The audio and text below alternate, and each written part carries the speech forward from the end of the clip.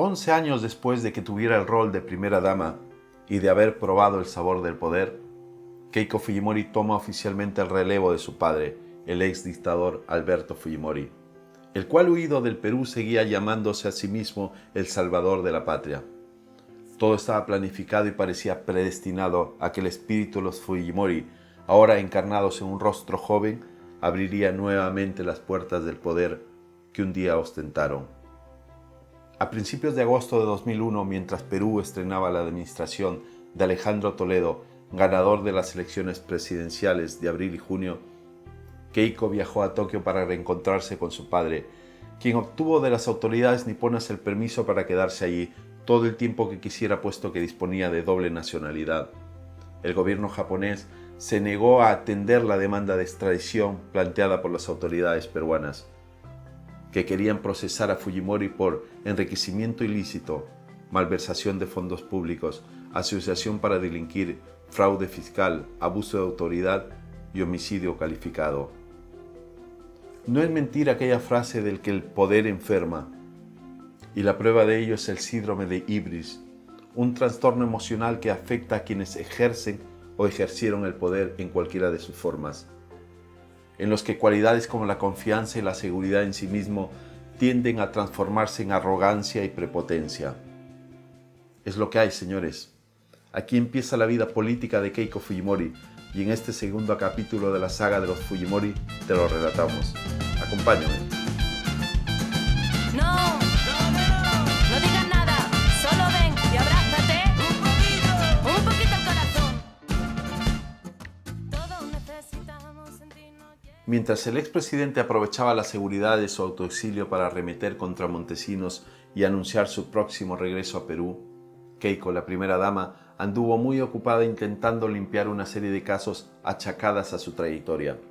En enero de 2001 hubo de comparecer ante la Comisión Weizmann del Congreso, que indagaba en las cuentas de Fujimori y Montesinos, los cuales afrontaban sendas acusaciones penales por corrupción.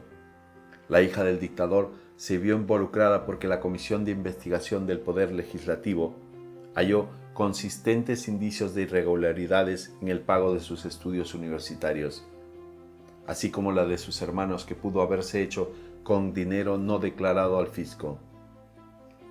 En las vistas, Keiko insistió en el origen perfectamente lícito de dicha financiación. Según ella, sus clases en Nueva York y Boston habían sido costeadas íntegramente con recursos familiares, en particular los obtenidos por la venta de un valioso inmueble propiedad de su padre. En julio siguiente, mientras Keiko seguía lidiando con la investigación del Congreso, Montesinos, una vez capturado en Venezuela y deportado al Perú, aseguró a sus interrogadores que los estudios en Estados Unidos de los 4 chicos Fujimori habían sido sufragados con fondos del SIN, esto es, con dinero público. Esta imputación del insidioso Montesinos, experto en difamación y extorsiones, no trascendió en su momento. Sí lo fue en cambio otra realizadas días antes, a finales de junio, en el curso de sus declaraciones a los fiscales. En esta ocasión, el antiguo asesor de inteligencia acusó a Keiko de nada menos ser la persona que había sustraído el explosivo vídeo donde se mostraba la compra de Montesinos del congresista opositor Luis Alberto Cori Bachamar. Según el reo, que no explicó cómo habría podido ella acceder a un material que se suponía a buen recaudo en los archivos del SIN. La hija del mandatario había entregado la cinta a su madre, quien a su vez se la había pasado a su jefe de filas, Olivera. Esta versión fue tajantemente desmentida por Olivera, Iguchi y la propia Keiko, quien aseguró de paso sentirse amenazada por su acusador y hasta temer por su vida. En 2002, una vez concluidas sin derivaciones penales las comparecencias parlamentarias por el asunto de la financiación de sus estudios, Keiko marchó a Nueva York con la idea de ampliar su formación empresarial en la Universidad de Columbia a fin de abrirse camino en los negocios privados. En casa, ella era accionista de Summit Products, una sociedad anónima dedicada a la exportación de productos naturistas y de aromaterapia cultivados en el Perú. La aventura norteamericana tenía también algo de evasión, le permitió tomar distancias de las crudas reverberaciones parentales que siguieron generando titulares para el chisme, la polémica y la consternación en el Perú. Así, Fujimori padre, reo en rebeldía por delitos de lesa humanidad, siguió haciendo apología de su persona y de su obra desde Japón, pero a sabiendas de que si ponía el pie en el Perú sería detenido en el acto y llevado a juicio. Además, pesaba sobre él una inhabilitación del Congreso para el desempeño de cargos públicos hasta el 2011. Todo ello no disuadió al expresidente de poner en marcha una nueva plataforma política con la promesa de presentarse en las elecciones del 2006. Regresar a la política peruana. Hay muchos ciudadanos que me apoyan, me respaldan, porque pueden comparar fácilmente la obra de mi gobierno con las de otros presidentes.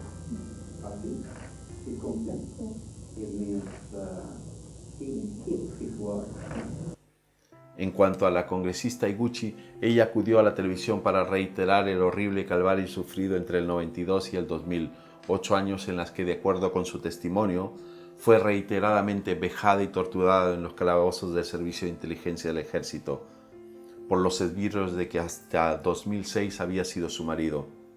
Entretanto, Keiko se dispuso a fundar su propia familia alejado de la política.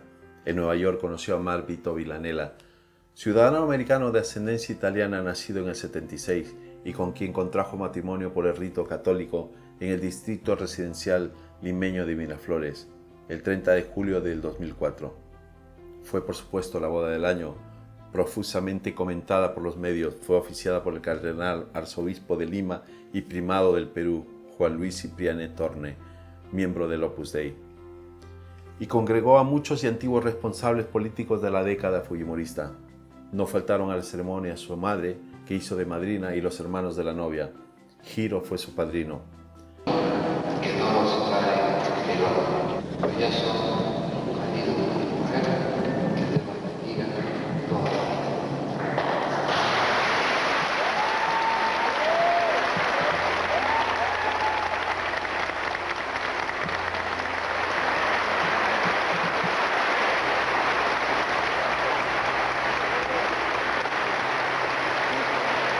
Mientras que el padre, a través de su programa de radio La Hora del Chino, transmitió sus mejores deseos a la pareja y de paso su inmensa pena por no haber podido llevar al altar a su primogénita. Gran ausente fue justamente el padre de la novia. Buenas noches y un fuerte abrazo desde Tokio. Me siento tan feliz de saber que hoy llegará al altar de la mano de un hombre. El matrimonio Villanella-Fujimori iba a estrenar paternidad en el 2007 con el nacimiento de Chiara Sofía, a la que en 2009 iba a seguir otra niña, Kaori Marcela.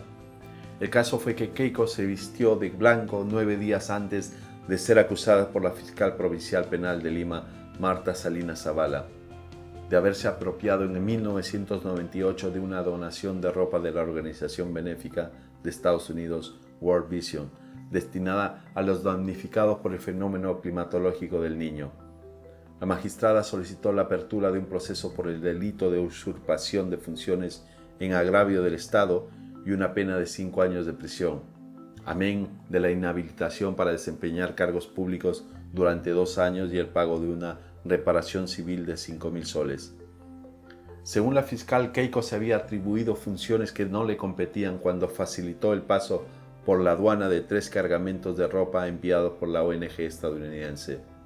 Entonces Keiko guardó silencio, pero Fujimori salió en defensa de su hija, a la que presentó como la víctima de un atropello, una despiadada persecución política y un regalo de boda siniestro por parte del gobierno de Alejandro Toledo, quien fuera su más férreo opositor en la década precedente.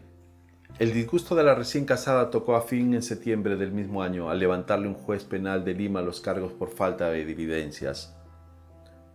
Menos fortuna tuvieron sus tíos Rosa, Juana y Pedro Fujimori, instalados en Japón y en Estados Unidos, contra los que en marzo de 2005 un juez dictó sendas órdenes de arresto por el presunto robo de $21 millones procedentes de donaciones caritativas japonesas. Keiko regresó a Nueva York junto con su flamante esposo para cursar un MBA en la Universidad de Columbia y atender sus inversiones empresariales. En apariencia, no tenía intención de afincarse profesionalmente en el Perú. La situación cambió drásticamente el 6 de noviembre del 2005.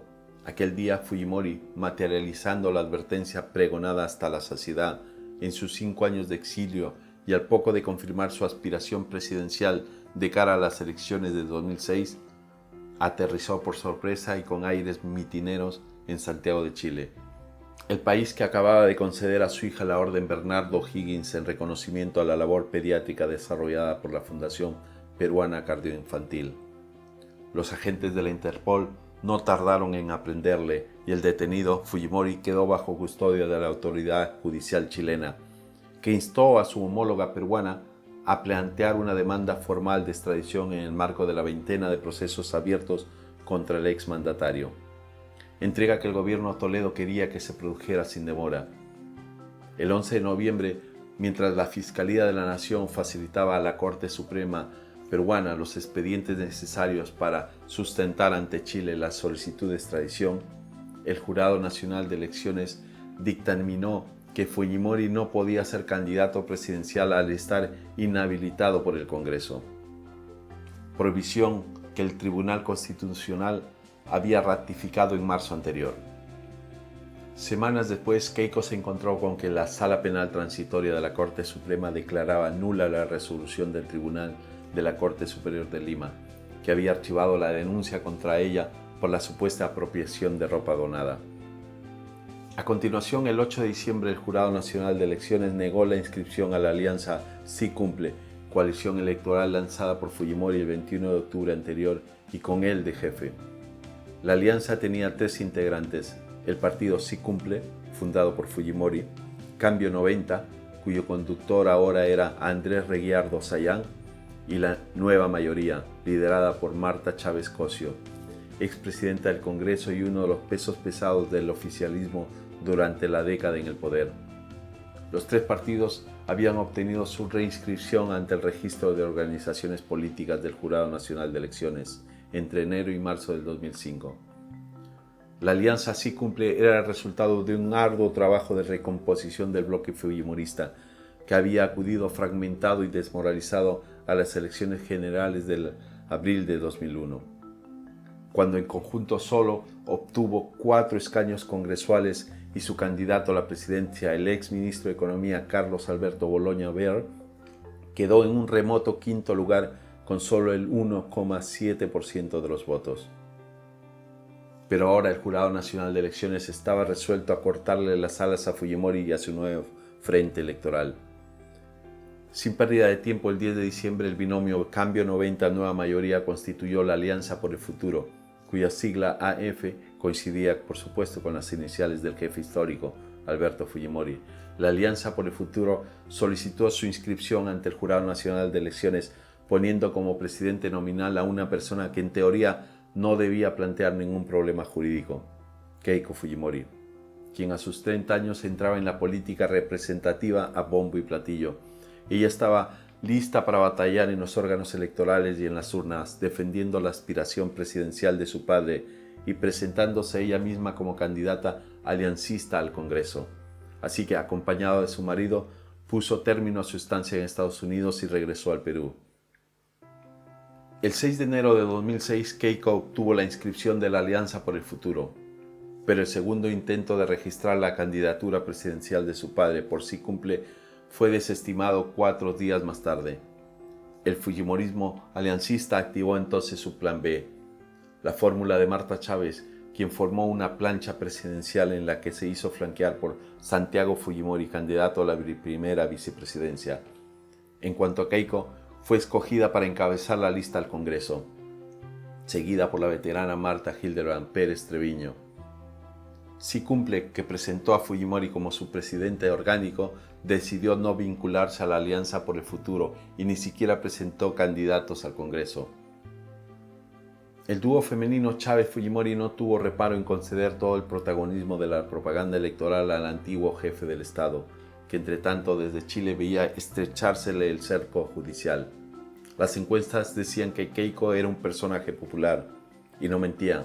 El 9 de abril de 2006, la aspirante al escaño en efecto salió elegida congresista por Lima con 600.000 votos, más del doble de los sufragios obtenidos por pesos pesados de la política nacional como Mercedes Cabanillas Bustamante del Partido Aprista Peruano y Carlos Bruce Montes de Oca, ministro de Vivienda con Toledo y uno de los líderes de su partido Perú Posible. De hecho, Fujimori fue la candidata del Congreso elegida con más votos. Para el Fujimorismo, el triunfo arrollador de Keiko en la capital fue el único consuelo en una jornada en conjunto decepcionante.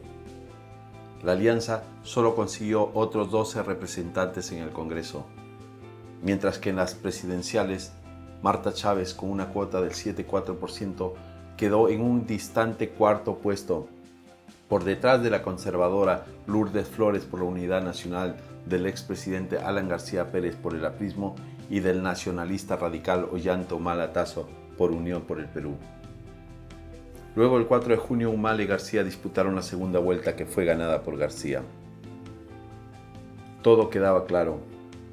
Keiko tenía el jale y debiera ser la cara del fujimorismo para el futuro. Era el año 2006. Han pasado 15 años y ella aún continúa en esa lucha por conseguir el poder que un día regentaron los Fujimori en el Perú. Es lo que hay, amigos. La saga continúa. Si te ha gustado, dale like y coméntalo. Nos vemos pronto en otro video. Un poquito el corazón. Todos necesitamos sentirnos llenos. Lo bueno se nos escapa en cualquier momento. Tienes que intentar luchar por seguir tus sueños.